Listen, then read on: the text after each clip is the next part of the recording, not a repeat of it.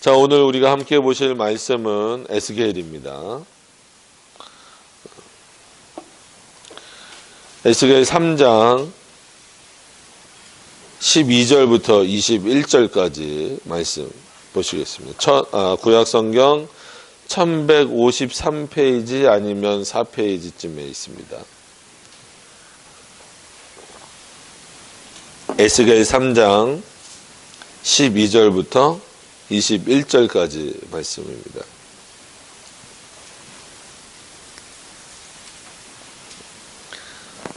제가 봉독해 드리도록 하겠습니다.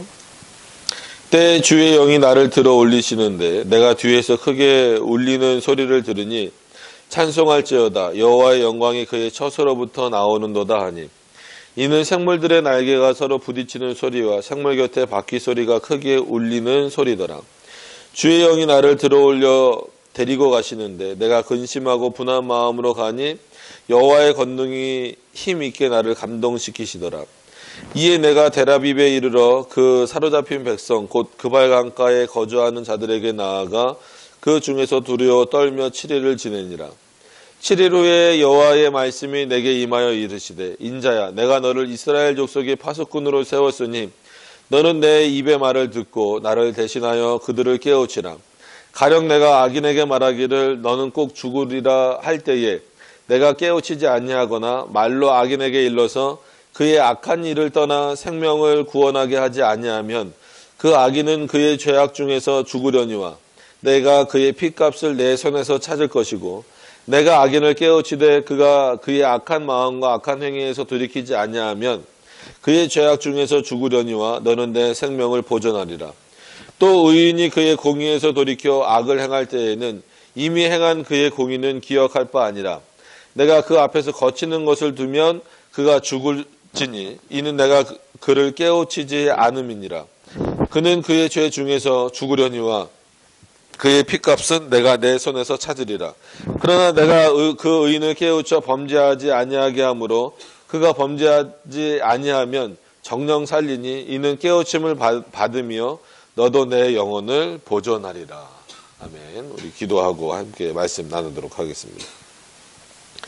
살아계신 하나님, 오늘도 이 하나님의 말씀을 통하여서 우리가 하나님의 뜻을 올바로 깨달을 수 있도록 인도하여 주시옵시고 참되신 하나님의 말씀이 지금도 살아 운동력이 있게 우리 안에 역사되어지고 있다고 하는 사실을 기억하면서 지금도 그 말씀을 주시는 성령 하나님의 말씀을 따라서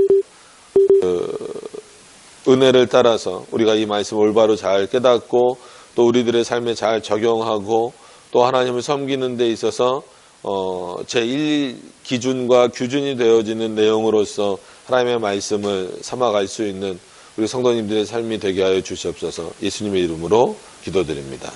아멘. 예. 오늘 말씀도 그렇고 다음 주에 우리가 봐야 될 말씀까지 쭉 이어서 이렇게 먼저 설명을 좀 드리면 에스겔이 하나님으로부터 보냄을 받았다 할지라도 늘 그 지난 시간 계속해서 말씀드렸던 것처럼 예레미야 선지자와는 조금 다른 것은 어떻게 보면 같은 포로의 입장으로 있었기 때문에 예레미야는 누가 뭐라 그래도 뭐 자타공인이란 표현은 좀 뭐 그렇다 할지라도 하여튼간 누가 보더라도 이제 선지자로 인정을 받는 그런 인물이었지만 에스겔은 그 당시 사람들의 눈에는 그냥 같은 포로로 비춰졌을 가능성이 상당히 많다라고 하는 거예요. 그런 차원에서 하나님이 에스겔에게 담대함도 주시기도 하고 때로는 좀 강하게 그를 밀어붙이시기도 하고 어떻게 그 하나님의 말씀을 전해야 할 것인가에 대해서 에스겔에게 이렇게 좀 보여주시는 말씀하시기도 하고 환상과 이상으로 이제 보여주시기도 하는 어떤 그런 내용들이 있습니다. 이제 그런 부분들이 있기 때문에 에스겔 입장에서도 어떻게 보면 에레미야라고 하는 이미 큰 선지자가 있기도 하고 또 같은 포로 생활을 하고 있는 입장에서 과연 이 사람들이 내가 전하는 말을 하나님의 말로 믿을 수 있을까? 그럼 내가 어느 정도까지 표현을 해야 될까? 그런 고민에 늘 빠져 있었을 가능성이 있습니다. 그래서 그런 내용들을 엿볼 수 있는 것은 14절에 보시면 그렇게 표현이 되죠. 주의 영이 나를 들어 올려 데리고 가시는데, 그러니까 하나님이 인도하여 가시는데, 그럼에도 불구하고 지금 어떻게 보면 에스겔이 시작되면서 에스겔이 자신의 감정을 이런 식으로까지 드러낸 거는 이제 처음이죠. 내가 근심하고 분한 마음으로 가니. 그러니까 하나님께 가고 있음에도 불구하고 이런 마음으로 간다는 거예요. 내가 근심하고 분한 마음으로 가니. 그러니까 왜 그럴까라는 것은 왜 그럴까라고 하는 그 부분에서 여러 가지를 유추해 봤을 때 예레미야와 같은 차원에서 인정받지 못했다라는 것과 더불어서 그 역시 연약함과 어떤 그 부족함, 그리고 심지어 하나님의 말씀을 먹음에도 불구하고, 그래서 우리가 이제 그 3장 초반인가요? 그렇죠. 3장 초반에 하나님의 말씀을 두루마리라고 이제 표현을 하면서 너의 창자에 가득 채워라 이런 표현을 써서 했지만, 칼빈은 그 예레미야의 비슷한 내용이 나오는 것, 그리고 이사야 선지자 이사야서에서 비슷하게 나오는 내용들을 이사야와 예레미야는 같은 의미로 해석을 하지만 에스겔은 약간 조금 다른 의미로 해석을 해요. 그래서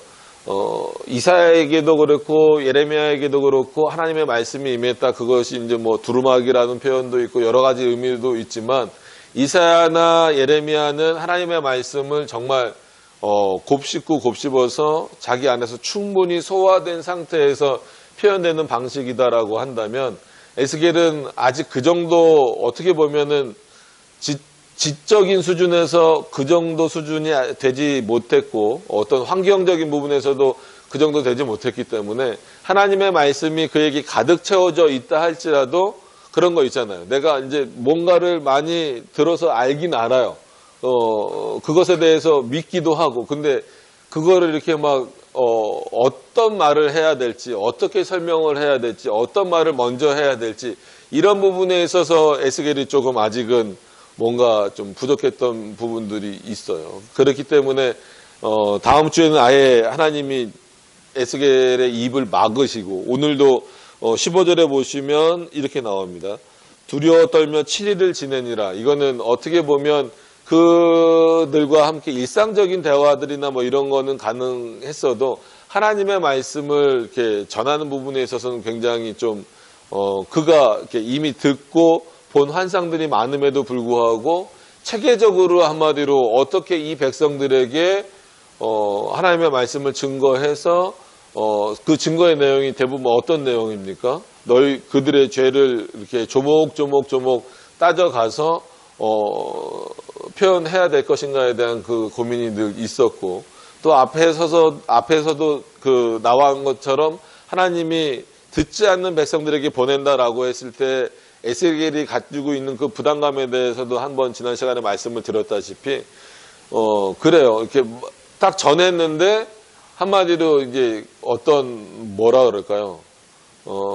그거에 이제 동의하는 모습들이 나타나지 않으면 전하는 자의 입장에서 상당히 좀 뭐라 그럴까요? 부담도 되고, 뭐 오늘 이 표현대로 분한 마음이 들었다 이렇게 표현을 하기도 하잖아요. 그래서 늘 이제 앞에 서 있는 목회자나 아니면 교사들이나 이런 사람들이 늘 조심해야 된다. 이제 주석에서도 그렇게 표현을 하고 있습니다. 이제 그런 부분들을 좀 말씀을 드리면서 에스겔의 어떤 고민과 이런 부분들을 3장 뒷부분까지 이제 좀 저희가 이제 두 번 나눠서 보겠지만 그런 부분들이 있습니다. 그래서 오늘 말씀을 이렇게 좀 서론격으로 좀 말씀을 드리고 이제 좀 시작을 하면 여러분들이 조금 더 이해하시기 좋을 것 같아요. 자, 12절의 내용부터 좀 보면서 이제 들어가겠습니다. 때에 주의 영이 나를 들어 올리시는데 내가 내 뒤에서 크게 울리는 소리를 들으니, 그러니까는 이거는 이제 구약의 좀 독특한 계시 방식이지만 이상, 그러니까 꿈도 아니고 뭐 이렇게 환상, 그러니까 완전히 깨어서 이렇게 보는 상태도 아니고, 그래서 약간은 지금은 그게 어떤 의미인지를 정확하게 알지 못해요. 알지 못하지만 하여튼 그런 어떤 환상으로도 하나님이 보여주셨잖아요. 그래서 1장에 굉장히 어렵게 우리가 두 번에 나눠서 설교를 해야 될 만큼의 그런 내용들을 이제 보여주셨음에도 불구하고 이제는 말씀으로도 하시는 거예요. 그래서 그의 말씀이 전형적으로 그래서 우리가 아까 이제 우리가 좀 제가 이제 소개시켜 드린 그 강도사님이 여러 가지 재능이 많아서 아이들 교육을 위해서 교재들도 좀 만들려고 하고 또 인형극이나 이런 걸 탁월하게 잘해요.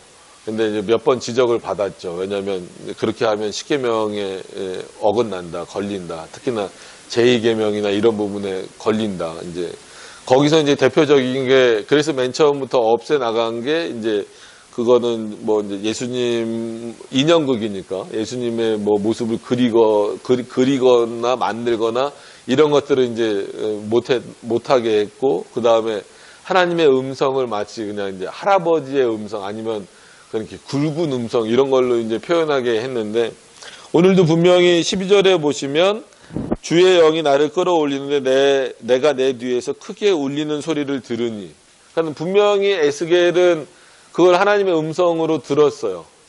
근데 그 표현 자체가 크게 들리는 크게 울리는 소리다라는 표현으로 했기 때문에 이것을 에스겔은 하나님의 음성으로 들었다 할지라도 이게 과연 어떤 의미인지 어떤 차원의 음성인지에 대해서는 상당히 좀 우리가 자세히 살펴봐야 될 내용들이 많이 있다라고 하는 거예요. 그래서 우리가 그 십계명에서 제2계명을 공부할 때도 그랬고 하나님의 음성도 보통 이제 예수 그리스도는 워낙 육신을 입고 오셨다라는 것 때문에 표현이 많이 되고 성령은 불 아니면 뭐 비둘기 뭐 막 그래서 우리나라가 참 그 이단을 참 잘 만들어내는 나라인 것 같아요. 그래서 지금도 이름이 지금은 뭐라고 바뀌었는지 모르겠지만 예전에는 그 전도관이라는 그런 이단이 있었어요. 거기서 이제 뭐 영생교도 파생이 되고 막 그랬었는데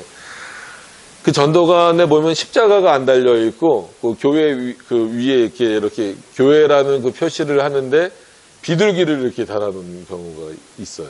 그러니까 성령을 상징한다라는 거죠. 그러니까 물론 이제 그 비둘기가 성령을 상징하는 부분들이 있긴 한데 그거를 또 대표해서 비둘기 개인적인 특징이 있는데 그거를 또 이렇게 그 성령이시다 이렇게 비둘기를 이퀄이라는 그 동격의 표현으로 가져가서는 안 된다라는 거죠. 마찬가지로 성부의 음성이라고 하는 것도 솔직히 우리는 잘 몰라요. 하나님이 말씀하셨다라고 했을 때는 늘 우리들에게 적응하셔서 말씀하시는 방식이기 때문에 그래서 지금도 만약에 계시가 진행되는 시대라면 그래서 저든지 여러분들인지 계시를 받는 사람의 입장이라면 아마 하나님이 어떤 말로 하셨을까요? 영어로 하셨을까요? 히브리어로 하셨을까요? 한국어로 하셨었겠죠.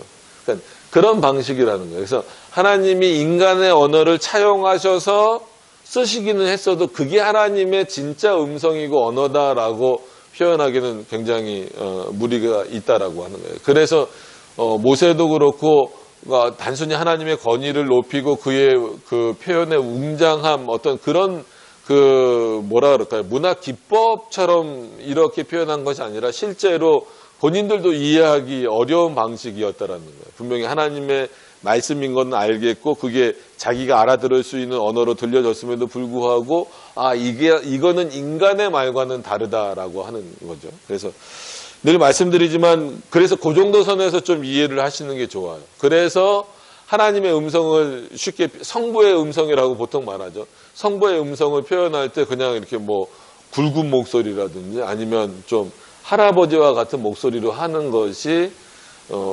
그것 또한 제2계명에 걸리는 거다라고 하는 거예요. 그러니까 그런 부분들을 다 이제 제거해 가면서 만들려고 해서 이제 옆에서 저는 뭐 그런 거 잘 못하니까 격려만 해주고 있는데 그리고 이렇게 어떻습니까 하면 무조건 안 돼 이거만 하고 있어요. 뭐 해. 이게 도움을 저는 개인적으로 그런 거에 있어서는 능력이 없으니까. 그래서 참 귀한 거를 하고 있는데 오늘도 이제 그렇게 이해를 하시면 좋을 것 같아요. 그래서 많은 분들이 이제 물어요. 그럼 이런 부분들에 있어서 묻는 거예요. 그러니까 하나님의 음성이 뭡니까? 모른다. 이런 방식으로 기록이 되어 있기 때문에 분명히 하나님이 에스겔에게는 이렇게 표현을 하셨지만 또 다른 곳에서는 다르게 또 말씀을 하시지 않느냐. 이렇게 우리가 이해하고 넘어가야 되는 부분들입니다. 그러니까 여러분들도 혹시나 이런 부분에 있어서 궁금하시거나 질문을 받으시거나 개인적으로 이제 또 질문을 하시는 경우도 있기 때문에 말씀을 좀 드렸습니다. 그래서 찬송할지어다 여호와의 영광이 그의 처소로부터 나오는도다 하니 이는 생물들의 날개가 서로 부딪히는 소리와 생물 곁에 바퀴 소리가 크게 울리는 소리더라. 이거는 우리가 1장을 2번 설교하면서 두 번째 설교에서 다 풀어드렸어요. 그래서 보통 생물들의 날개 이거는 뭐 천사들, 뭐 어떤 그룹들 이런 것에 대한 어떤 그 일하는 것 그럼에도 불구하고 그런 자연 방식에만 내버려 두신 것이 아니라 바퀴가 움직인다라는 그런 방식을 통해서 하나님의 주권적인 역사 안에서 자유롭게 움직이는 어떤 그런 방식들이 있다라고 하는 거예요. 그래서 이거는 하나님의 주권, 그 다음에 예정론, 인간의 의지 이런 부분들을 다 우리가 이해할 때도 이런 부분들을 동시에 좀 이해를 하셔야 돼요. 그러니까 왜냐하면 우리는 아무리 제가 예를 들어서 이 예배 시간으로 한정을 하더라도 여러분들한테 자유를 드려요. 뭐 예배 들으실 때 뭐 편하게 앉으세요. 뭐 하세요. 뭐 하더라도 우리끼리 정해놓은 약속 아니면 제가 이렇게 제약을 두거나 이걸 이렇게 하시면 안 됩니다. 우리 신학에서는 이렇게 하면 안 됩니다라고 제약을 두는 그런 방식들이 있잖아요. 인간은 그럴 수밖에 없어요. 상호 그렇게 약속이 되고 아니면 앞에 선자 아니면은 뭐 어른 그래서 그래서 장로도 뭐 단어로 하면 뭐 엘더 그래서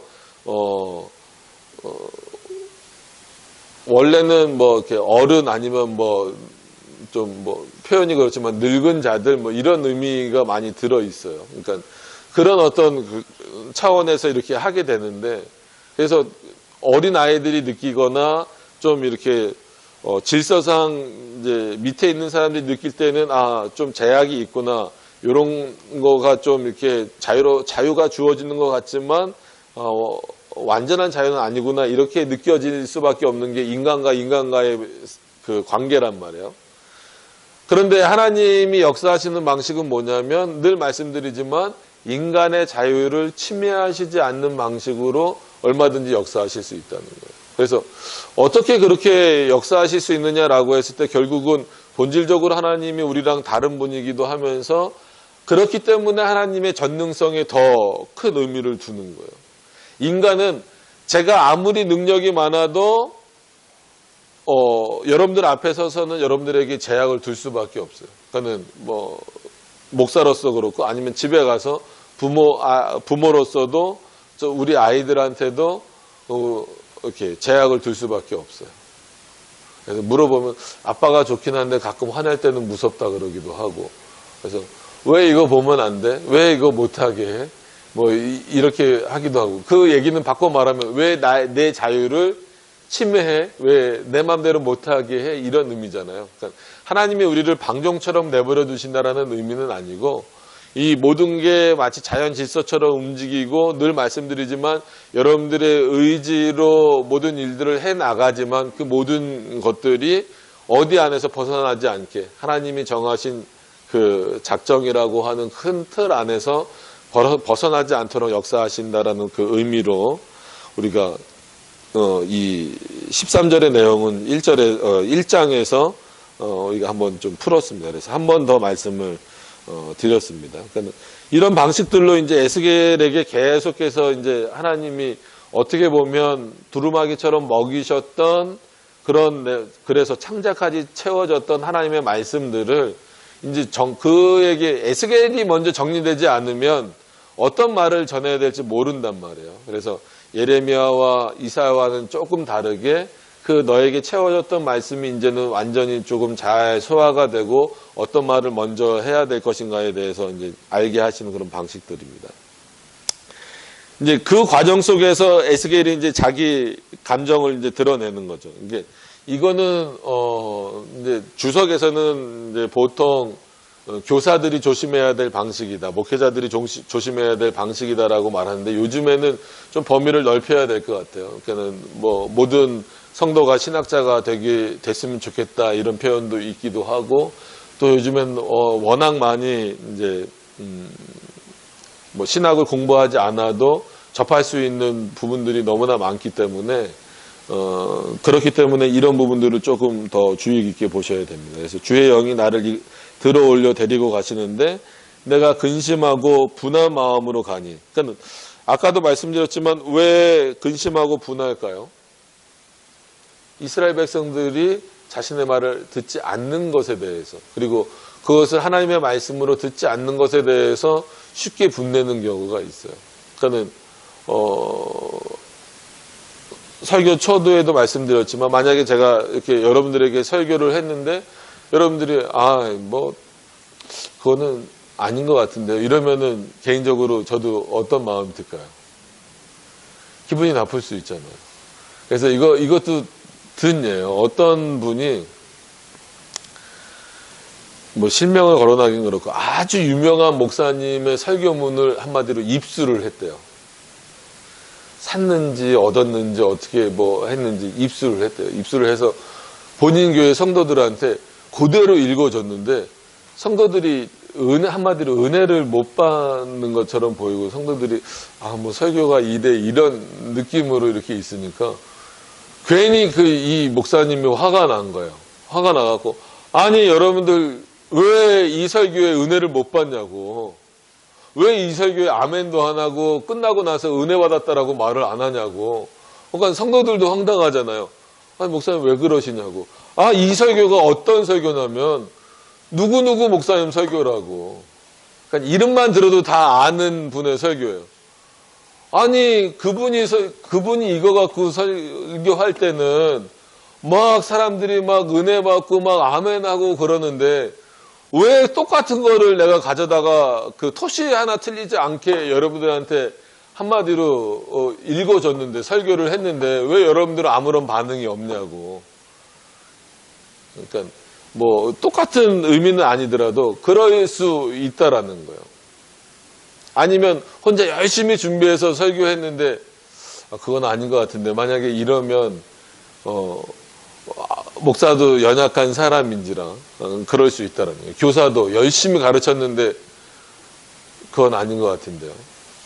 왜냐하면 역사상 보면 뭐 이렇게 개혁신학을 받아들이는 사람들이 언제나 이렇게 많지 않았어요. 소수로 늘 있었기 때문에, 저도 이렇게 뭐 여러 군데 가서 뭐 강의도 하고 가르치기도 하고 그러보면, 물론 받아들이는 사람들이 많을 때도 있지만 어떨 때는 또 소수가 될 때도 있어요. 그럴 때는 개인적으로 힘들기도 합니다. 그러니까 그런 부분들을 그럼 어떻게 통제할 수 있느냐라고 했을 때 참 유일한 방법이 나오죠. 그 뒷부분이 그래서 중요합니다. 여호와의 권능이, 분명히 지금 에스겔은 근심하고 한마디로는 걱정스러우면서 분한 마음을 가지고 있는데, 여호와의 권능이 힘있게 나를 어떻게 하더라? 감동시키더라. 이 일이 성립되지 않으면, 이 일이 없으면 너가 먼저, 즉 에스겔이 먼저 하나님의 말씀으로 감동되지 않으면, 즉 성령 하나님으로 말미암아 너의 마음이 감동되지 않으면 너가 나가서 전하는 말을 이 사람들이 거의 대부분 듣지 않을 건데, 너가 그 반응을 보고 너 스스로가 어떻게 견디겠느냐는 거예요. 아무리 내가 너가 전하는 말을 이 사람들이 안 들을 거다라고 말을 해줘도, 그렇잖아요. 만약에 여러분들 이제 오늘 예를 들면 오늘 예배 끝나고 전도하겠습니다라고 했을 때, 만약 그렇게 했을 때 아마 대부분 사람들이 여러분들의 말을 안 들을 겁니다. 여러분들이 전하는 거를 안 받을 겁니다라고 나가도, 그러면 그 말을 들었잖아요. 그럴 것이다라고 알고 나가도, 여러분들이 막상 나가서 전도할 때 만약에 외면을 당하거나 뭐 욕을 들어 먹거나 아니면은 여러분들이 전하는 거를 받지 않거나, 그러면 여러분들 마음이 기분이 좋겠어요? 안 좋죠. 그럼 그 안 좋은 마음을 그러니까 위로받는다고, 위로도 되겠죠. 위로받거나 아니면 그럼에도 불구하고 담대해질 수 있는 것은 어떻게 보면 우리 능력 밖이라는 거예요. 결국은 여호와의 권능이. 분명히 그 여호와의 권능이 이때만 임한 건 아니에요. 에스겔에게. 어떻게 보면 1장부터 쭉 임해 왔기 때문에 에스겔도 많은 내용을 알고 있고 또 이미 많은 내용을 전했단 말이에요. 전했음에도 불구하고 듣지 않는 것에 대하여서 근심하고 분내고 있었다라는 거죠. 그것을 한마디로 누그러뜨리고 그럼에도 불구하고 여전히 끊임없이 듣든지 아니 듣든지 그 하나님이 보내신 대상에게 가서 하나님의 말씀을 증거해야 되는 그 마음은 누가 주시는 거냐면 우리 안에서 생겨날 수 있는 게 아니에요. 여호와의 권능이 나를 감동시키셨을 때. 그래서 이거는 단순한 감정적인 어떤 것으로 이해하시지 말고 한마디로 우리의 하나님을 아는 지식, 그런 지적인 어떤 부분들과 이런 모든 부분들이 잘 섞여서 하나님의 말씀으로 여러분들 입에서 선포되어져야 돼요. 그러니까 그 뒷부분을 조금 더 설명을 하기 위해서 이 부분은 그냥 요 정도 하고 넘어가도록 하겠습니다. 그래서 이에 내가 데라베베에 이르러 그 사로잡힌 백성이니까 뭐예요? 감옥에 있는 백성들이라고 생각하시면 안 되고 포로로 끌려간 백성들을 말하는 거예요. 그러니까 이 당시에는 여전히 이스라엘에 남아있는 사람들이 있었고 그 다음에 포로로 끌려간 사람들이 있다라고 말씀을 드렸어요. 그래서 포로로 잡힌 사람 곧 그발강가에 거주하는 자들에게 나아가 그 중에서 두려워 떨며 7일을 지내니라. 그들에게 나아간 것은 뭐냐면 그들의 일원으로 있기 때문에 그래요. 그러니까 이래서 조금 더 어려울 수는 있어요. 에스겔 입장에서는. 왜냐하면 서로 볼 때에 그냥 다 같이 포로로 보이니까. 에스겔이 더 뛰어나 보이지 않기 때문에 그렇습니다. 그래서 7일 동안 어떻게 보면 7일이면은 뭐 그냥 지금으로 단순하게 이제 표현을 하면 일주일인데 일주일이면 요즘 일주일 정말 금방 가잖아요. 근데 이렇게 말도 안 하고 두려움으로 7일을 보낸다는 것은 이 7일은 또 상대적으로 시간은 우리가 그러니까 시간이라는 거는 참 일정하게 가는데 우리가 느끼기에 따라서 어떨 때 굉장히 빠르고 그렇죠. 어떨 땐 굉장히 느려요. 그러니까는 뭘로 한번 표현해 볼까요? 이제 또 날씨도 좀 이제 좋은 날씨가 됐으니까 또 어린이날도 다가오니까 만약에 놀이공원 가갖고 여러분 놀이기구 잘 타세요? 저는 어지럽기 전까지만 해도 되게 좋아했어요. 그 롯데월드 가면 자이로드롭 있잖아요. 그 호수 쪽으로 이쪽 말고 딱 돌아서 공중에서 딱 이 호수 쪽으로 딱 있을 때가 제일 스릴이 넘치는 것 같아요. 그래서 떨어지는 거는 별로 안 무서운데 그 떨어지기 직전 있잖아요. 이렇게 타보셨나요? 갑자기 놀이기구 하니까 제가 생기가 넘치죠. 그게 삑삑 천천히 올라가서 위에 올라가면 탁 잡잖아요. 탁 잡아갖고 그 떨어지는 순간이 몇 초 걸릴 것 같아요. 세봤는데 3초가 채 안 걸려요.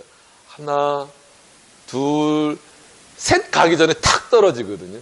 근데 그 3초가 어때요? 막 두근두근 안 타보셔서 난 모르겠는데 그렇게 쳐다보시지만 되게 그래요. 보통 놀이기구들이 3분을 넘기는 게 별로 없어요.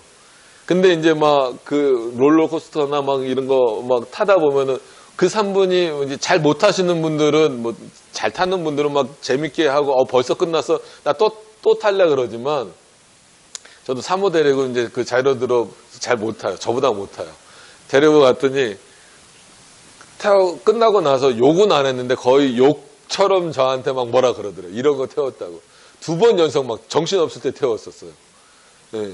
그리고 안에 들어가면 이렇게 앉아서 이렇게 평 쏘는 거 있고. 그러니까 그게 시간의 상대적인 거를 말씀드리려고 그러는 거예요. 그게 몇 초 안 걸리잖아요.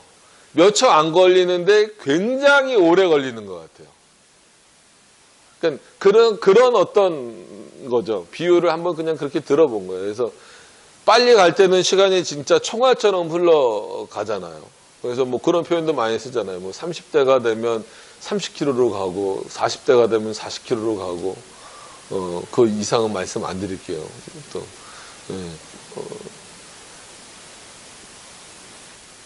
그러니까 이 7이라고 하는 것을 어떻게 보내느냐는 거죠. 바쁘게 정신없이 보내면 요즘에 일주일이 그렇게 훅 가지만 지금 에스겔은 굉장히 고민을 가지고 있으면서 어떻게 보면 이 7일 동안은 하나님이 침묵하셨다는 거예요. 누구에게는? 에스겔에게는 침묵하셨다는 거예요. 그런 차원에서는 에스겔은 굉장히 그 심경이 복잡했을 거란 말이에요. 어디에 같이 있어야 되면서 그 포로들과 같이 일상생활을 하고 있으면서 그렇기 때문에 이 7일이 굉장히 조금 어떻게 보면은 에스겔에게는 짧은 것 같지만 에스겔 입장에서는 굉장히 깊은 연단의 시간이었을 거예요. 그래서 우리가 대표적으로 사도행전이나 이런 데 보시면 알지만 사람들이 잘 의외로 모르는 게 있어요. 바울이 다메섹 도상에서 예수 그리스도를 만났죠. 이것까지는 다 아시잖아요. 그죠? 그리고 나서 바울이 바로 말씀을 전하는 사역을 했나요? 대부분 그렇게 알고 계세요. 마치 다메섹 도상에서 예수님을 만난 이후에 내려와서 그때부터 막 말씀을 전한 것처럼. 얼마나 한마디로 그 바울이 말씀을 전하기까지 얼마 정도의 시간이 걸렸을까요?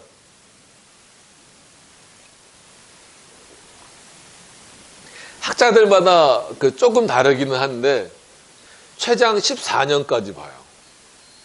14년 동안.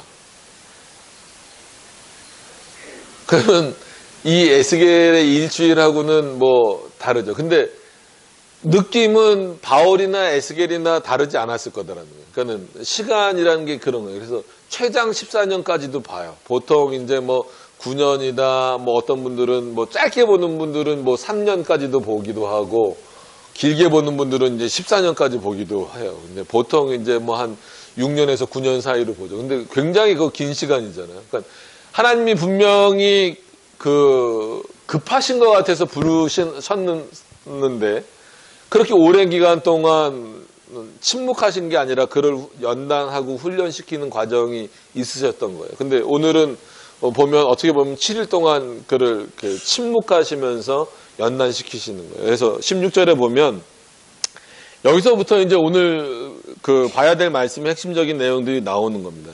7일 후에 여호와의 말씀이 내게 임하여 이르시되, 이거를 보면 알 수 있듯이 7일 동안은 뭐 하셨다는 거예요? 하나님이 에스겔에게 침묵하신 거예요. 분명히 하나님이 에스겔을 부르셨음에도 불구하고 침묵하고 계셨던 거예요. 그러니까 에스겔 입장에서는 우리는 7일 뒤에 하나님이 에스겔에게 말씀하셨다라는 것을 알고 있지만 기다리고 있는 에스겔 입장에서는 하루가 가고 이틀이 가고 그게 얼마나 힘들었겠냐는 거예요.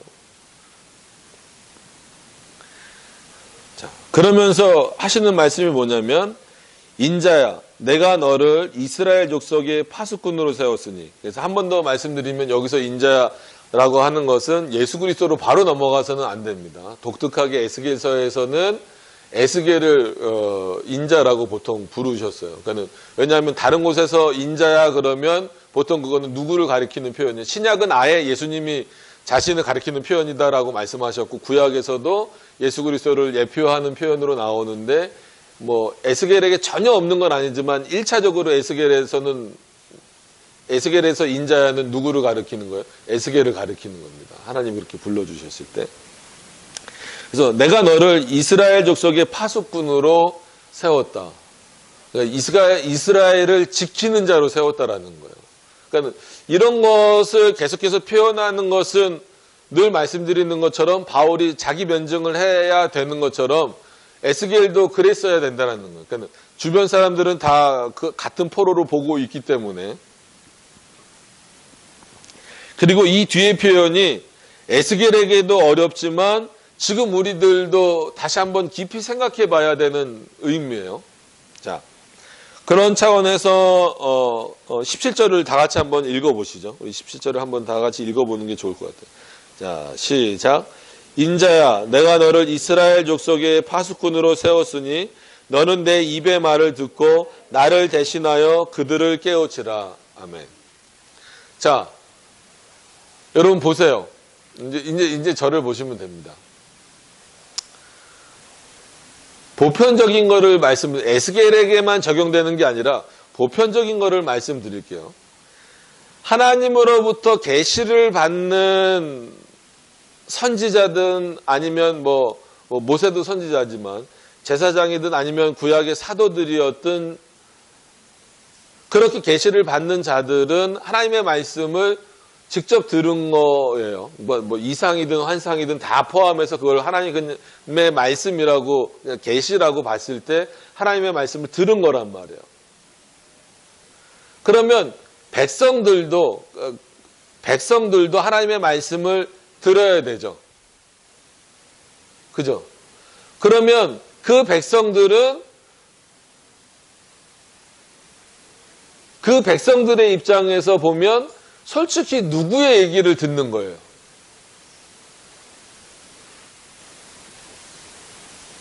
그죠? 오늘 본문으로 말하면 에스겔의 말을 듣는 거예요. 모세의 말을 듣는 거예요. 신약으로 가면 제자들의 말을 듣는 거예요. 지금으로 말하면 목사가 계시받는다는 거는 절대 아닙니다. 목사의 말을 듣는 거예요. 여러분 오늘 분명히 교회 가면서 우린 보통 뭐라고 말해요? 하나님의 말씀을 들으러 간다라고 말하죠. 그리고 설교라는 것도 인간의 말로 하지만 인간의 말이 아니라 하나님의 말씀을 전하는 시간이라고 말하지만 지금 여러분들도 누구의 말을 듣고 있는 거예요? 1차원적으로 그냥 생각을 해보시면 김병석이라고 하는 사람, 목사의 어떤 좀 표현이 그렇지만 자격증을 딴 사람의 말을 듣고 있는 거잖아요. 그냥 아예 그냥 좀 냉정하게 표현을 하면. 그럼 이 간격을 어떻게 이해하고 좁혀 나가야 될 것이냐는 거예요. 그러니까 이거는 구약이나 신약이나 계시가 진행되는 동안에 계시를 받는 자들의 문제이기도 하고 또 그 계시를 받고 하나님의 말씀을 전해야 되는 그 전하는 말을 듣는 사람들의 자세이기도 하고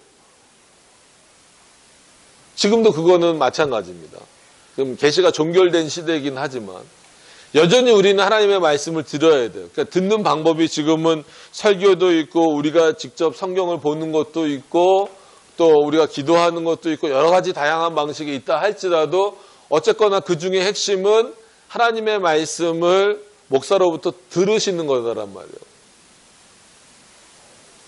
그래서 늘 말씀드리는 게 제가 뛰어나고 대단한 게 아님에도 불구하고 이 시간은 누구의 말씀으로 들어라? 인간의 말이 아닌 하나님의 말씀으로 들으라고 말씀을 드리는 이유가 거기 있는 거예요. 그렇기 때문에 앞에서 말씀을 전하는 자들은 어떤 책임을 가져야 돼요? 이 말씀이 정말 오해되지 않게 오류가 없도록 전하기 위해서 애쓰고 힘써야 되는 거예요. 그러니까 그거는 구약의 선지자들이나 신약의 사도들도 마찬가지란 말이에요. 잘 생각해 보세요. 그들도 구약 백성들도 신약 백성들도 나누긴 그렇지만 어쨌거나 성경이 신구약 나눠져 있으니까 그 백성들도 누구의 말을 늘 들어야 돼요? 하나님의 말씀을 들어야 돼요. 근데 직접 하나님의 말씀을 들을 수 있는 사람들은 계시가 진행되던 시대에도 백성 전체가 아니잖아요. 그죠? 구약으로만 놓고 봐도 주로 선지자들이란 말이에요. 그리고 앞에서 이제 그들을 이끌어가는 지도자들이란 말이에요.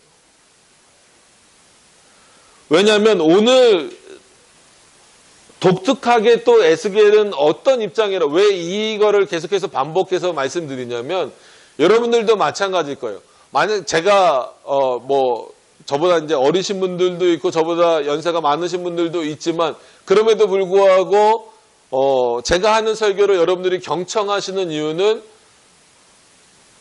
김병석이라는 사람의 말로 듣지 않고 하나님이 오늘 이 사람을 도구로 사용하셔서 우리들에게 하나님의 말씀을 선포하시는구나라고 믿고 계시기 때문에 여기 앉아 계셔서 듣고 계시는 거잖아요. 그럼 이게 두 가지가 다 요구되는 거예요. 이스라엘 백성들에게도. 분명히 사람의 말을 들어야 되는 거예요. 사람의 말로 들어야 되는 거예요. 직접 하나님의 말씀을 들을 수 없으니까. 그렇기 때문에 사도들도 늘, 구약이니까 선지자들도 늘 뭐라 그래요? 여호와께서 가라사대. 여호와께서 말씀하시기를. 이 표현을 쓰는 이유는 뭐예요? 내가 지금 너에게 하는 말이 내 말이 아니라 누구 말이라는 거예요? 하나님으로부터 주어진 말씀이다라는 거예요. 근데 에스겔은 조금 독특하다라고 말씀을 드렸잖아요. 같이 포로 생활 지금 하고 있어요. 거기서 포로 생활하면서도 뭐 지도자나 아니면 어떤 그런 인물이 아니라 그냥 뭐 조금 이제 그 레위 지파였긴 했지만 어쨌거나 같이 지금 포로 생활을 하고 있었기 때문에 거기서 뭔가 특별한 일을 할 수 없었단 말이에요. 이 얘기는 뭐냐면 바꿔 말하면 그 당시 사람들이 에스겔의 말을 하나님의 말로 받기가 그렇게 쉬운 상태는 아니었다라는 거예요. 아시겠어요? 그러니까는 뭔가 이렇게 어쩔 수 없이 이제 예레미야, 가깝게는 예레미야 아니면 좀 멀게는 이제 이사야까지 포함해서 하면은 그래도 예레미야나 이사야는 이스라엘 백성들로부터 누구로 인정을 이미 처음부터 받고 있는 사람들이에요. 선지자로 인식을 하고 있는 사람들이란 말이에요. 그렇기 때문에 어느 정도 권위가 있지만 에스겔은 그렇지 않았단 말이에요. 그렇지 않은 상황에서 하나님의 말씀으로 너희들이 받아야 된다라고 했을 때 이거는 이스라엘 백성들도 쉽지 않은 문제였어요. 에스겔의 말을 하나님의 말씀으로 받는 것 자체가. 그렇기 때문에 어떻게 보면 같은 포로다라고 할지라도 에스겔은 계속해서 하나님이 나를 부르셨다, 하나님의 권능이 나를 감동시키셨다 이런 표현을 반복적으로 쓸 수밖에 없는 거예요. 앞으로도 계속해서 그런 내용이 나올 수밖에 없는 겁니다. 그래서 지금 이 표현이 중요한 거예요. 너는 내 입의 말을 듣고 나를 대신하여.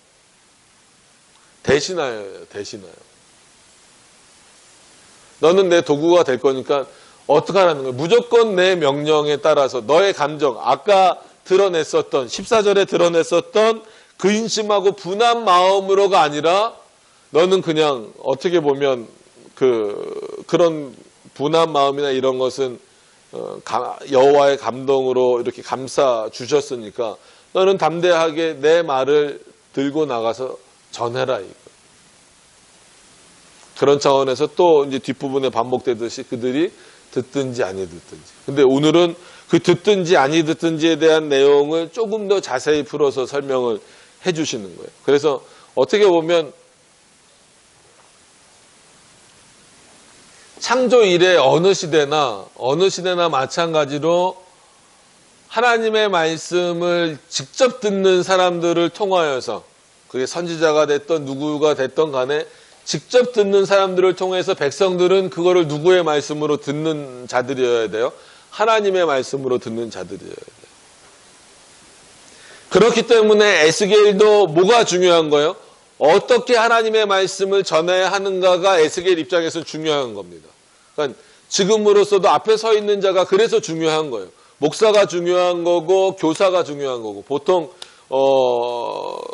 종교개혁 시대나 이럴 때 교사는 이제 학교에서 가르치는 뭐 일반 학교가 아니죠. 신학교에서 가르치는 그런 성경 교사들을 이제 의미하는 거니까 그렇게 바른 말씀을 선포해야 되는 거고 듣는 자들은 그것을 하나님의 말씀으로 그런 차원에서 받으라는 거예요. 이게 이제 오남용되면 어떤 형식으로 가요? 그 사람을 높여버리는 방식으로 가버리면 안 된다는 거예요. 이게 로마 가톨릭이나 아니면 뭐 이단들이나 아니면 마치 교주처럼 되려고 하는 목사님들의 실수가 여기서 나오는 거예요. 교황주의자들의 실수가 뭐예요? 하나님의 말씀을 전하는 대리자. 어떻게 보면 오늘 말씀이 그거거든요. 너는 내 말을 듣고 나를 대신하여. 누구를 대신하라는 거예요? 하나님을 대신하여 이스라엘 백성들에게 가서 전해라. 너가 아무리 같이 포로로 잡혀와서 그들은 너를 포로로 인정하고 있을지 몰라도 끊임없이 너는 나는 하나님으로부터 보냄을 받은 자라는 것을 강조하면서 내가 너에게 전한 말을 나 대신 전하라는 거예요. 근데 이 부분을 마치 높여서 하나님이 많은 포로들 중에서 나를 높여서 세우셨어. 그러니까 나는 너네들보다 위에 있어. 그러니까 너희는 내 말을 들어야 돼. 이런 방식으로 가버리게 되면 어떻게 되는 거예요? 그때부터는 오히려 하나님의 권위는 축소되고 인간의 권위가 높아지는 거예요. 그러니까 결국은 로마 카톨릭은 교황이 무슨 말을 하나, 성경에 나와 있는 말보다 교황이 이 문제에 대해서 어떻게 말을 하나, 이거에 관심을 갖잖아요. 이렇게 돼버리면 이제는 어떻게 보면 이단이나 마찬가지예요. 이단들도 마찬가지잖아요. 나름 그들의 뭐 똑같은 성경을 쓰든 자신들의 경전을 갖고 있든지 간에 누가 어떻게 말을 하느냐가 중요하잖아요. 뭐 타 종교지만 불교도 마찬가지. 이제 올해는 석가모니도 안 도와준다고. 그런 표현이 뭐냐면 뭐 석가탄신일인가요? 그게 토요일이잖아요. 그럼 저 하루 주일이죠. 5월 5일이랑 겹친 거죠. 아니, 그것도 안 도와줘요. 하루라도 그거라도 좀 도와줘서 우리 좀 쉬게 만들지. 그건 이제 농담처럼 하는 표현입니다. 근데 분명히 거기도 불교도 경전이 있잖아요. 자기네들도 경전. 근데 누구 말을 더 중요하게 여겨요? 어떤 유명한 스님들의 말을 더 중요하게 여기잖아요. 솔직하게 불교는 그래요. 실제로 그래요. 경전에 뭐 이 말이 나왔다 해서 그거 몇 개 읽긴 하지만 어떻게 말했느냐가 중요하고. 근데 기독교는 그렇지 않습니다. 여기 제가 서 있는 이유도 제 말을 하려고 여기 서 있으면 큰일 나요. 그래서 늘 칼빈이 말한 것처럼 칼빈이야말로 자신의 말을 하지 않으려고 하고 하나님의 말씀만 전하려고 했던 인물이잖아요. 그래서 칼빈이 표현했던 게 아까도 말씀드렸고 몇 번 강조드렸던 것처럼 모든 성도가 신학자가 돼야 된다. 왜냐하면 그 정도 분별력을 가지고 있어야 된다. 그 당시에 그런 분별력이 없었기 때문에 로마 카톨릭이 더 활개를 칠 수 있었던 거란 말이에요. 그죠? 왜냐하면 뭐 오늘 종교개혁 얘기를까지 해버리면 그렇지만 잠깐만 한 1분 정도만 말씀드리면 루터도 그렇고 칼빈도 그렇고 맨 처음에는 어디다 들어갔던 인물들이에요. 수도원에 들어갔던 인물들이에요. 그때는 그게 자연스러운 거예요. 근데 들어가서 보니까 이 한마디로 로마 카톨릭의 내용이 비성경적이라고 하는 것을 루터나 칼빈 아마 다른 사람들도 많이 깨달았을 거예요. 근데 깨달은 것을 밖으로 표출한 인물이 루터와 칼빈이었기 때문에 그들을 종교개혁자라고 부른 거지, 아마 깨달은 사람들은 이건 뭔가 잘못됐다라고 인식한 사람들은 굉장히 많았을 거예요. 그거를 실천으로 옮기는 게 어려웠을 거죠. 그런 차원에서 볼 때 그렇기 때문에 첫 번째로 모든 성도는 신학자가 되어야 된다라는 이 표현은 신학자가 돼서 다 목사가 되라 이런 의미가 아니잖아요. 성도로 있음에도 불구하고 하나님의 말씀이 올바로 선포되는지 아닌지를 분별하라는 거예요. 이거는 목사의 설교를 비판하라는 얘기가 아니라 분별해서 들으라는 거예요. 시대가 그러니까. 근데 다시 그런 시대가 어떻게 보면 왔어요. 그죠? 정치적으로도 그렇고 신학적으로도 그렇고 사회 환경적인 문제로도 그렇고 얼마나 이 목사가 하나님의 말씀에 근거해서 모든 부분을 풀어나가고 있는지를 성도들이 분별해내지 않으면 안 되는 시대가 점점 또 다시 되고 있다라는 거예요. 그렇기 때문에 칼빈은 자신 있어서라기보다도 오히려 겸손하고 경고의 표현으로 나라 할지라도, 그 당시에 칼빈이 얼마나 위대한 인물처럼 보였고 실제 위대한 인물입니까? 목숨을 내놓고 종교개혁을 했던 시대잖아요. 지금은 하나님의 말씀 전한다고 아직 잡혀가진 않잖아요. 앞으로 잡혀갈지도 몰라요. 계속 이런 식으로 나가면 한국교회도. 근데 그런 표현을 했다 그랬잖아요. 내가 아무리 칼빈이라 할지라도 앞에 서서 하나님의 말씀이 아닌 왜곡된 비성경적인 표현을 하면 어떡하나? 이리를 잡듯이 끌어내려라. 이거는 나는 안 그래. 나는 하나님의 말씀만 전해. 이런 교만함의 표현이 아니라는 거예요. 나라 할지라도 하나님의 말씀을 그렇게 연구했고 정말 천주교와 싸워서 목숨을 걸고 싸우고 있는 입장인 칼빈이라 할지라도 하나님의 말씀으로부터 벗어나면 그건 뭐예요? 인간의 연약함을 드러내는 거예요. 인간은 얼마든지 연약해질 수 있다는 거예요. 저도 마찬가지고 여러분들도 마찬가지예요. 그래서 저도 늘 말씀을 준비할 때마다 그런 연약함과 교만함과 오류에 빠지지 않으려고 굉장히 애쓰고 있어요. 그래도 실수하는 부분들이 나와요.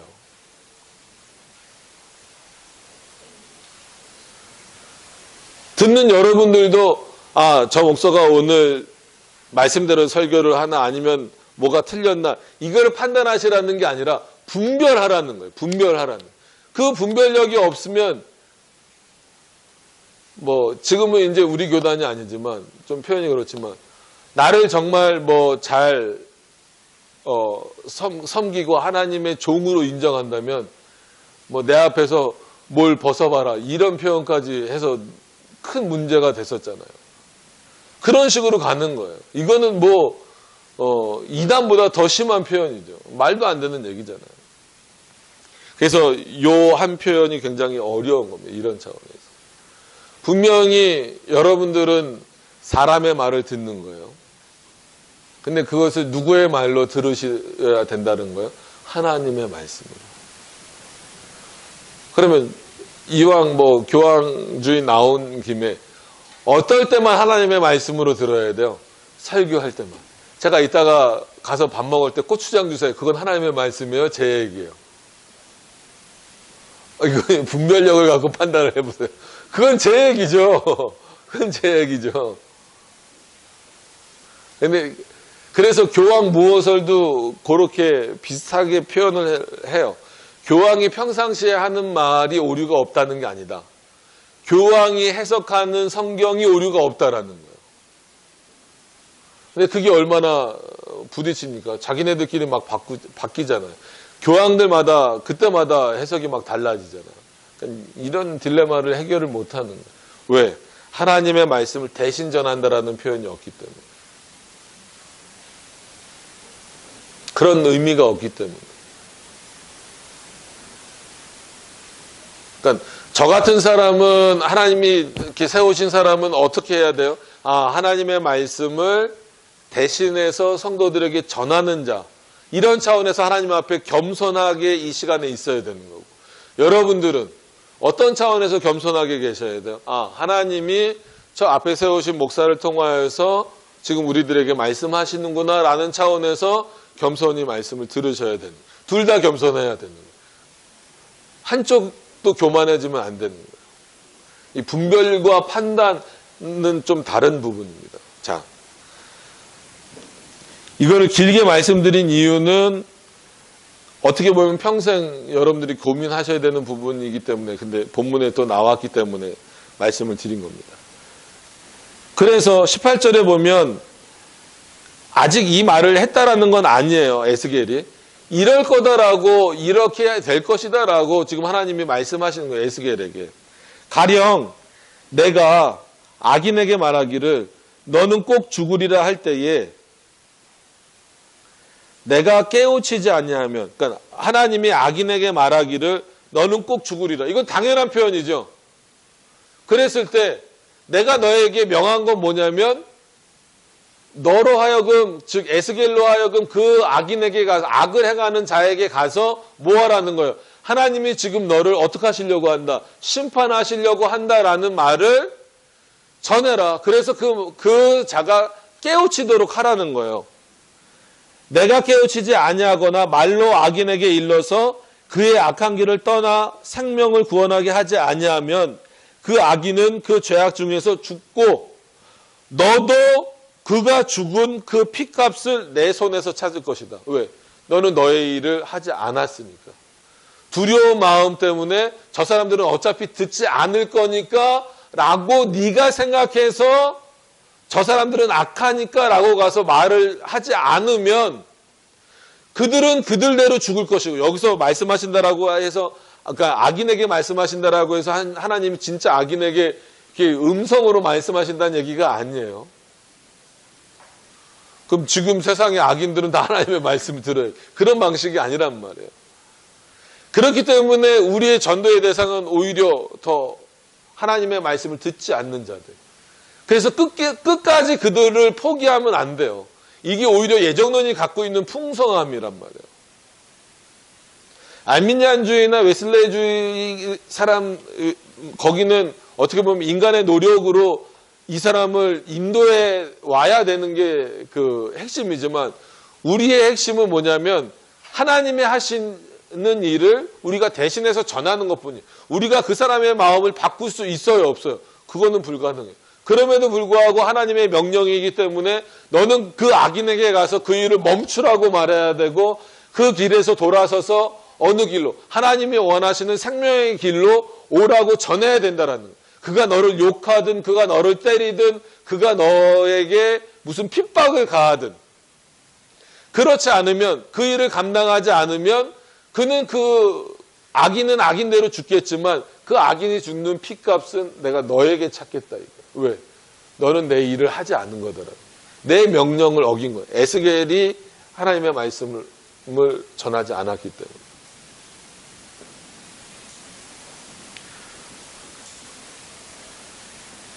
그래서 이 시대에 오히려 진짜 다시 칼날이 들어오는 시기가 되더라도 여러분 목숨을 걸고 하나님의 말씀을 바르게 증거해야 되는 거예요.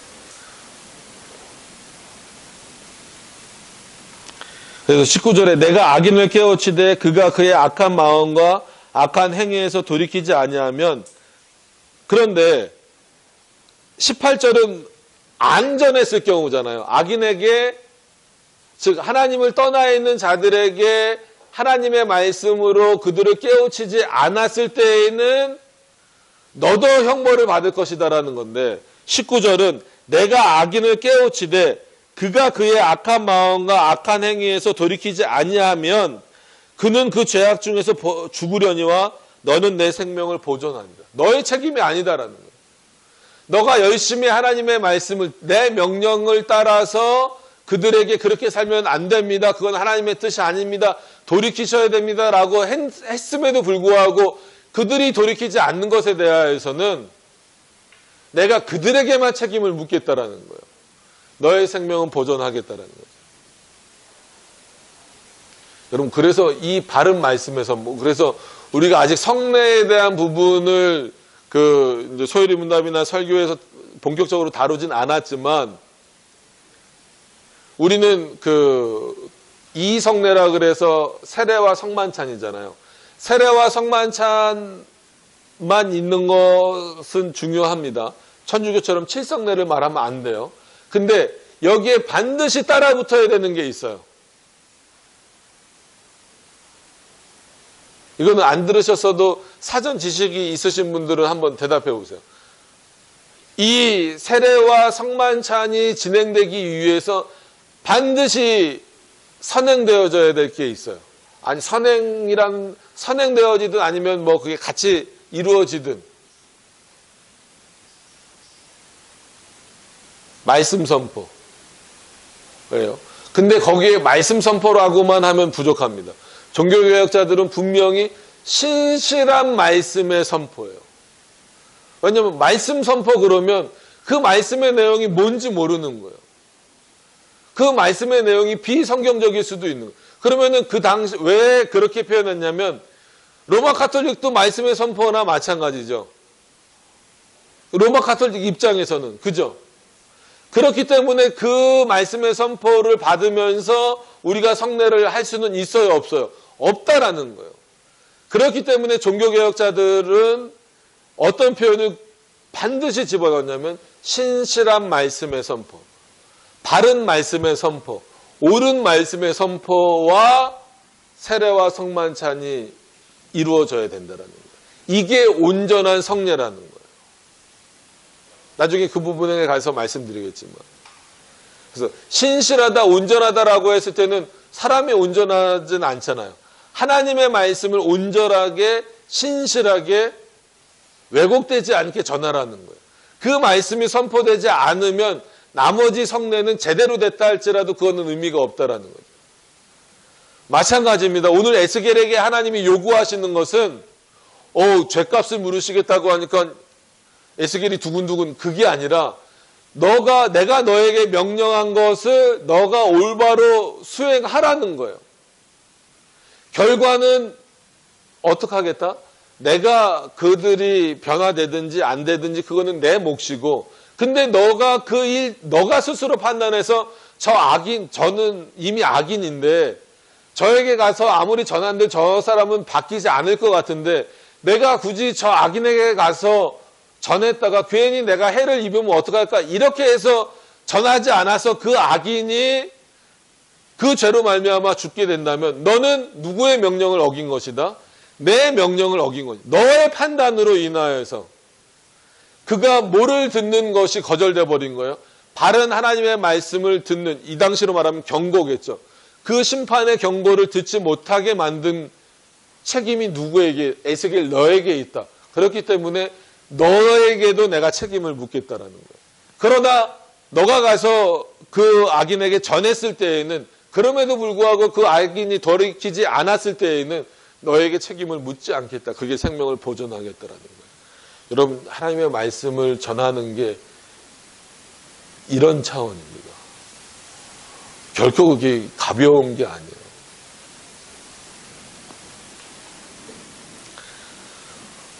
네.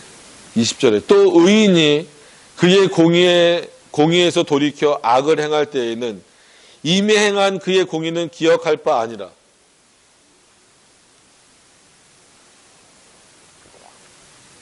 칼빈은 너무 여기서 깊게 들어갔는데 우리는 그렇게 깊게까지 들어갈 건 아니고, 또 그러면 이제 악인이 있으면 의인이 있잖아요. 의인은 표면적으로 여기서 이제, 왜냐하면 이제 성도님이 어떤 모임에서 이제 로마 카톨릭이나 거기 칭의론을 이제 비판하신 걸 가지고 오셨는데, 이거를 잘못 이해하면 의인은 칭의된 건데, 여기서 보면 마치 그 의인이 죽는 것처럼 표현이 돼 있어요. 잘 보시면 의인이 그의 공의에서 돌이켜 악을 행할 때에 이미 행한 그의 공의는 기억할 바 아니라 내가 그 앞에 거치는 것을 두면 그가 죽을지니 이는 내가 그를 깨우치지 않음이니라. 그는 그의 죄 중에서 죽으려니와. 의인은 죽으면 안 되는데, 이게 일반적인 우리의 생각이란 말이에요. 그럼 여기서 말하는 의인 이렇게 표현했을 때에는 말 그대로 어떻게 해석을 해야 됩니까? 택자라고 해석을 하시면 안 돼요. 큰일 납니다. 그렇게 해석을 하면. 그래서 이런 부분들을 유보적 칭의 아니면 칭의에서 탈락할 수 있다라는 본문으로 끌고 들어오시면 안 됩니다. 여기서는 지금은 보여지는 행위로 그가 하나님을 섬기는 모습이 있었다 할지라도 언제든지 하나님을 떠날 수 있는 모습이 인간에게는 본성적으로 있기 때문에 그런 자들에게 가서도 지금 하나님의 말씀을 저들이 잘 지키고 있으니까 저들에게는 말하지 않아도 돼. 그러니까 그렇게 판단하지 말라는 거예요. 에스겔은 지금 뭐 하라는 거예요? 너는 내 말을 듣고 내 대신하여서 내 백성을 깨우치라는 명령을 받았어요. 에스겔은.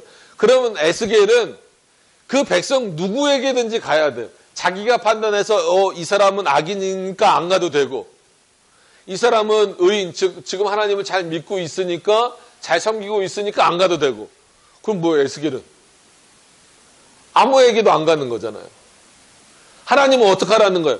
악인에게도 가서 전하고 의인에게도 가서 그가 뭘 잘하든 못하든 하나님의 말씀이 뭐다라는 것, 하나님의 뜻이 뭐다라고 하는 것을 올바로 깨우치게 하라는 거예요. 왜냐하면 여기서 말하는 의인은 그냥 보여지기에 그런 공의를 몇 개 행했다라고 해서 사람들이 의인이라고 부르지만 그가 돌이켜 악을 행할 때, 이 표현에서 칼빈이 아주 강하게 표현하는 것은 뭐냐면 정말 의인은 돌이켜서 악을 행할 수 없다라는 거예요. 물론 우리도 죄를 범합니다. 심각한 죄에 빠질 수도 있지만 궁극적으로는 다시 돌아오는 거예요. 진정한 하나님의 백성은. 근데 한마디로 유기자들은, 하나님이 버리시는 자들은 어떻습니까? 의인의 모습이 보였다 할지라도 돌이켜 악인의 모습으로 가면 다시 못 돌아와요. 그래서 이미 그가 행한 공의는 내가 기억하지 않는다라는 거예요. 아무리 그가 의로운 일을 행했다 할지라도 그가 돌이켜서 지금 악을 행하고 있다라고 한다면 내가 그가 먼저 행했던 의로움들은 기억하지 않겠다는 거예요. 그리고 내가 그 앞에 거치는 것을 두면 여러 가지가 많겠죠. 하나님의 심판도 있을 것이고 하나님으로부터 하나님께로 돌아가지 못하게 만드는 어떤 많은 요인들이 있다라고 한다면 그가 돌아올 수 있겠느냐. 그리고 좀 심하게 표현하면 내가 그를 못 돌아오게 한다면 그가 어떻게 되겠느냐. 죽을 수밖에 없지 않겠느냐. 그래서 그 거치는 것을 두면 그가 죽을지니 이는 내가 그를 깨우치지 않음이니라. 오히려 원인을 누구에게 마치 돌리듯 표현하고 계시는 거예요. 그 의인에게 가서, 의인이었지만 악을 행하고 있는 자에게 가서 하나님의 말씀을 증거하지 않은 에스겔에게. 그는 그 죄 중에서 죽으려니와 그의 피값은 내가 내 손에서 찾으리라. 그는 그대로 죽고 피값은 내 손에서 찾을 것이다. 21절에 그러나 내가 그 의인을 깨우쳐 범죄하지 아니하게 하므로 그가 범죄하지 아니하면 정령 살리니 그도 살고 너도 살 것이다. 이는 깨우침을 받으며 너도 내 영혼을 보존하리라. 정말 그가 의인이라면 너가 전하는 말, 여기서 두 번째 말하는 그 의인이 깨우쳐가는 돌아왔다라고 하는 것은 뭐예요? 이 의인은 하나님의 백성이죠.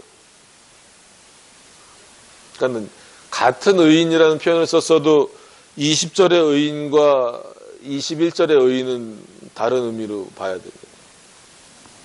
그 의인을 깨우쳐 범죄하지 아니하게 함으로, 그러니까 아무리 의인이어도 악을 행할 수 있다라고 말씀을 드렸어요.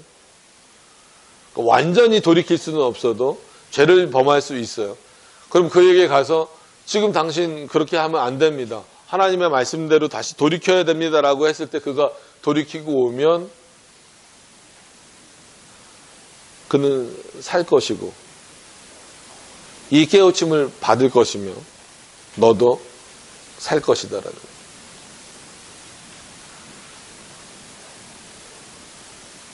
아직 에스겔이 직접 한 게 아니라 하나님이 이렇게 말씀하시는 거예요. 어떤 것에 대해서 말씀하시는 거예요? 너는 내 입의 말을 듣고 나를 대신하여 그들을 깨우치라 라고 했을 때 그 대상들을 말씀하신 거잖아요. 왜냐하면 이미 그 앞에 14절에 에스겔이 자기 감정을 드러냈어요. 하나님, 나 두렵습니다. 걱정됩니다. 근심됩니다. 그리고 화도 납니다. 저들에게 말을 해도 듣지 않는데 화도 납니다. 근데 또 악인에게 가야 됩니까? 그리고 반대로 어쨌거나 뭐 지금은 악을 행하고 있긴 해도 저 사람들은 의를 행하는 모습이 있었는데 굳이 또 그럼 저 사람들에게 가야 됩니까? 이런 마음이 들면 아무에게도 안 가고 싶다라는 거잖아요. 솔직한 얘기로. 그러지 말라는 거예요. 그런 두려움을 없애주기 위해서 내가 너를 감동시켰다라는 거예요. 여러분, 이런 감동이 여러분들에게도, 여러분들의 삶 속에도 있어야 돼요. 이거는 단순한 체험적인 신앙이 아니에요. 이런 어떤 성령 하나님의 깊은 감동이 있는 자들이, 있는 성도들이 정말 하나님의 말씀을 마음속 깊이 새길 수 있는 거예요. 그리고 그것을 진짜 그의 입술로 쏟아내서 하나님의 말씀을 쏟아내서 깨우치게 할 수 있는 거예요. 그러니까 깨우치게 한다라고 해서 내가 하는 건 아니지만 그 전해지는 말씀을 통하여서 거기에 누가 역사하십니까? 성령께서 역사하시는 거예요.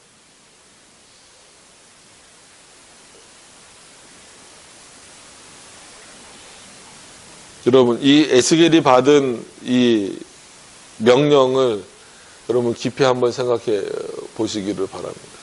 그래서 우리가 누구를 가려서 이 사람에게는 하나님의 말씀을 전하고 이 사람에게는 하나님의 말씀을 안 전하고 이렇게 할 수는 없다라는 거예요.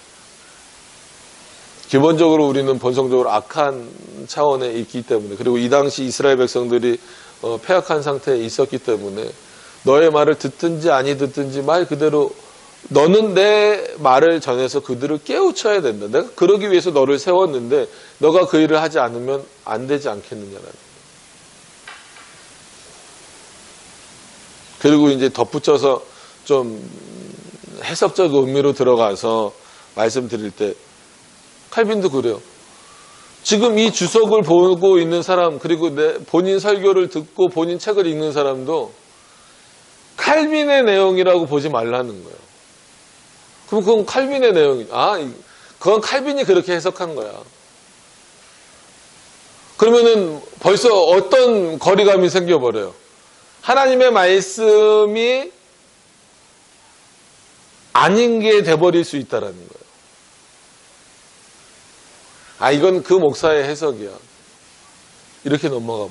그래서 우리가 그렇게 되지 않기 위해서 여러 장치들을 가지고 있는 게 그게 교리입니다. 교리. 우리 장로교회가 가지고 있는 교리. 이 교리의 틀 안에서 성경을 해석해야 가장 오류가 없다라는 차원에서 우리는 웨스트민스터 신앙고백서를 표준 문서로 받은 거고, 다른 신조들을 무시하는 차원은 아니고, 역사적으로 종교개혁자들의 그런 주석들이나 성경 해석들을 받아들여서 그대로 해석을 해 나가는 거예요. 그것을 뭘로 믿으니까? 성령 하나님의 영감하심, 조명하심으로 우리는 이해를 하고 있으니까. 그러니까 여러분들 매주 어떻게 보면 제 말을 들으시는 거예요. 근데 제 말을 듣는다라고 생각을 하시면 안 되고 하나님의 말씀을 들으신다라고 생각을 하셔야 돼요.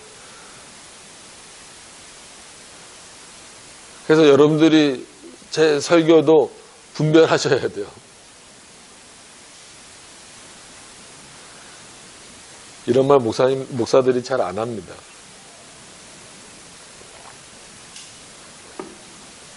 싫어해요. 아니, 목사 설교를 은혜로, 아멘으로 받아야지. 왜 이 부분 이렇게 설교했냐고 따져. 그래서 어떤 그 부흥강사 목사님은 시켜요. 막 내가 이렇게 해도 아멘하라 그러고, 이렇게 해도 아멘하라 그러고, 내가 뒤를 돌아봐도 아멘하라 그러고, 그래야 그걸 하나님의 말씀을 받는 거라. 그래서 이 부흥강사 목사님들도 한번 정신을 차려야 돼요. 그러니까 그 경계선이 여러분들에겐 또 어려우실 수 있어요. 이건 설교를 그럼 듣고 판단을 하라는 건가? 그러니까 판단이 아닌, 여러분들이 판단자가 돼버리면 은혜가 안 돼요. 아시겠어요? 하나님의 말씀으로 받아들여지질 않아요. 그러니까 그래서 그게 좀 어렵긴 해서 여러분들 스스로가 그건 또 기도하셔야 될 문제예요. 하나님의 말씀으로 들으시되, 그럼에도 불구하고 어떤 부분이 있어야 돼요? 분별함이 여러분들에게 있어야 된다는 거예요. 이것을 동시에 가져야 돼요. 그래서 만약에 제가 설교하다가 잘못된 부분이 있으면 저는 그 다음 주에 지난주에 이 부분 이렇게 해석한 거는 잘못됐습니다라고 얼마든지 표현할 수 있어요. 그래서 개인적으로 저는 뭐 그분하고 친분이 있지는 않은데 그냥 이제 인사하고 악수만 나눈 정도지만 어떻게 이 기회가 있어서 박영선 목사님을 개인적으로 존경하는 게 워낙 설교도 잘하시고 이렇게 하는데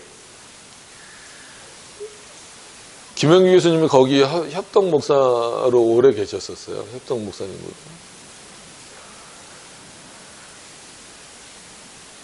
그럼 박영서 목사님이 정말 설교 잘하시거든요.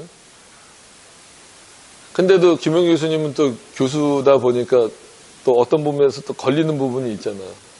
그러면 이제 설교 끝나고 나면 정말 그건 좋은 의도로 얘기하는 거예요. 목사님 오늘 이렇게 설교하셨는데 이 부분은 그렇게 설교하면 안 되고 이렇게 설교를 해야 된다고. 그러면 진짜 대법관도 다니고 지금은 KBO 총재지만 서울대 총장이었던 정운찬 그분도 다니는 교회잖아요. 그 남포교회가.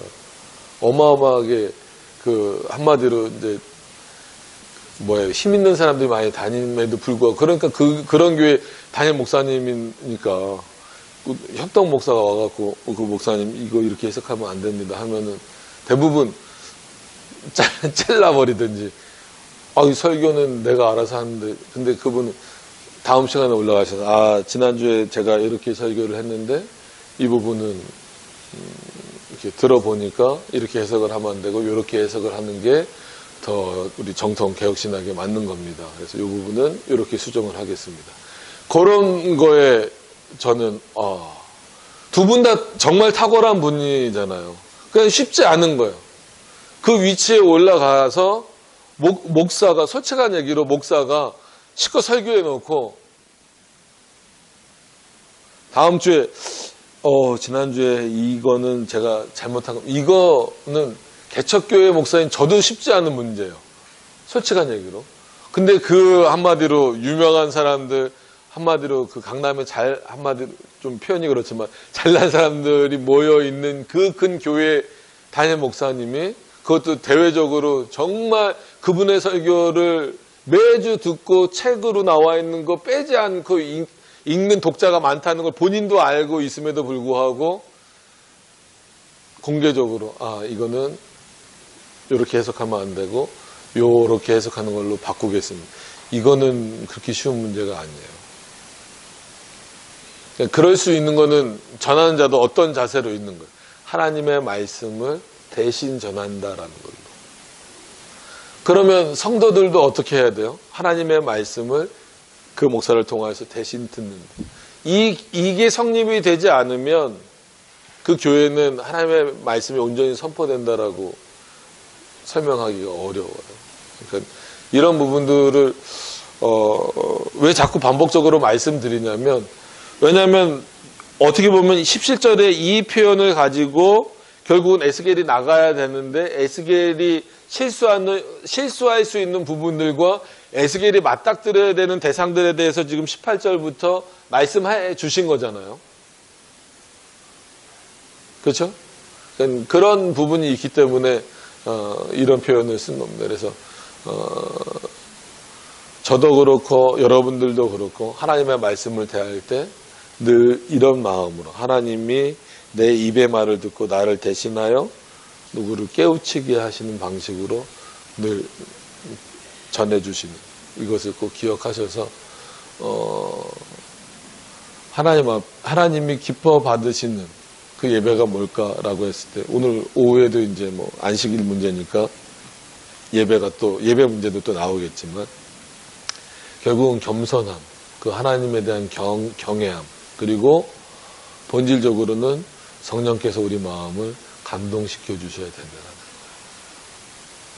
거예요. 이건 저와 여러분들이 마찬가지입니다. 그래서 정말 하나님이 기뻐 받으시는 예배는 저와 여러분들이 성령 하나님께 감동된 예배, 그런 예배가 되어져야 됩니다. 그런 예배를 온전히 드리시고 하나님의 말씀을 정말로 귀하게 여기실 수 있는 우리 성도님들이 되실 수 있기를 바랍니다. 기도하도록 하겠습니다.